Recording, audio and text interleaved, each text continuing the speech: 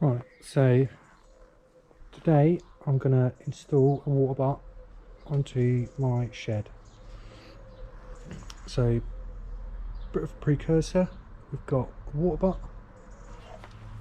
a length of downpipe, a couple of elbows, some fixings, a lid to the water butt with a hole in it, I'll get back to that, and the stand, and we're going to be putting it onto my shed.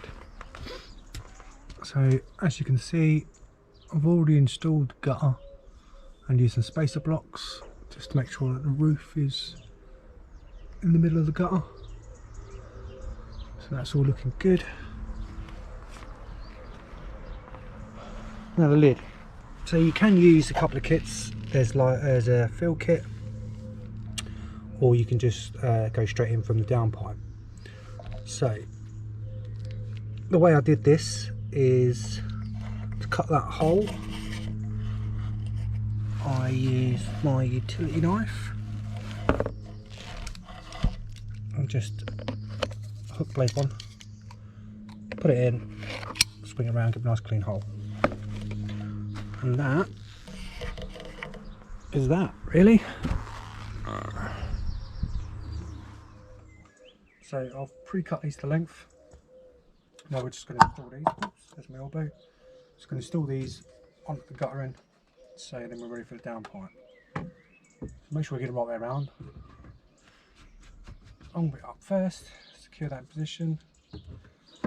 On there, little bracket, and then the screws.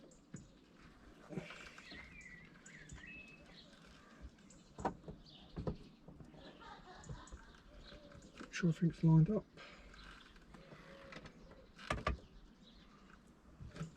Trusty Makita.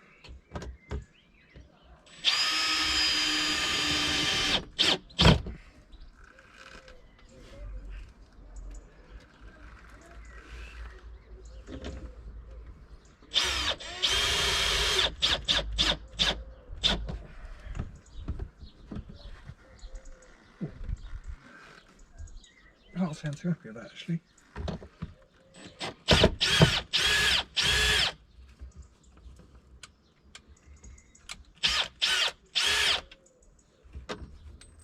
Ooh. I want to make sure this is on there tight. It's the only one I'm planning on using.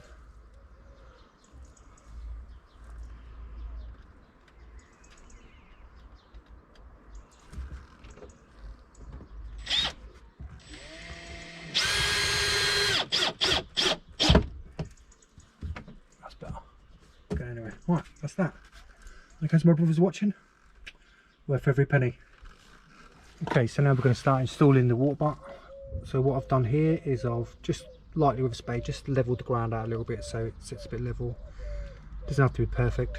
It's a water butt and the ground's wet, so when it gets some weight in it, it might move, but we'll go from there. So the next steps is assemble the stand.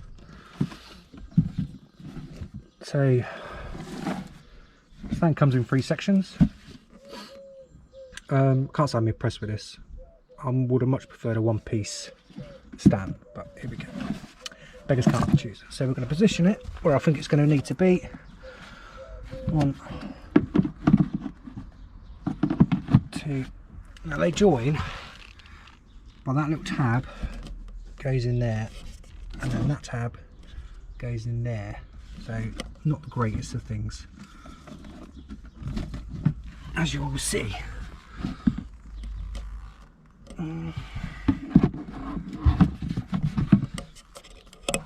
Just put it down a minute.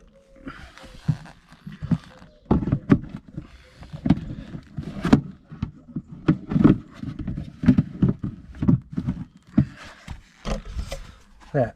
So once you stand together, it's going to look something like that. It's not on level ground, so it's opening up, but I'll sort that out when I get the water butt on. The next step is get the water butt in position. So here's my water butt in position. There's me extension. It's my stand. That splays out. I'm not really a fan of that. But one thing to make sure is when you do assemble your stand is you position it so the water butt tap is in the convex bit, otherwise you won't be able to fill anything from it unless you have a hose pipe, I suppose. So now we're just going to fit the last part and job to good. So for the last part I added just a small extension onto the elbow so it goes into the water butt lid, and I just held it on a screw. I could have siliconed it, but I want to be able to remove it if I ever want to do any maintenance on it later. So that should just fit awkwardly. Put it on there, put that around there, in. Oh, like a glove.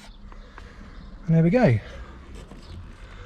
One water butt installed with some guttering on my shed. Very pleased with that actually. Not too bad. So total costs was about just under £100. That was for the guttering, all the brackets and fixings, and the water butt itself. Got a 210 litre water butt. There are others available.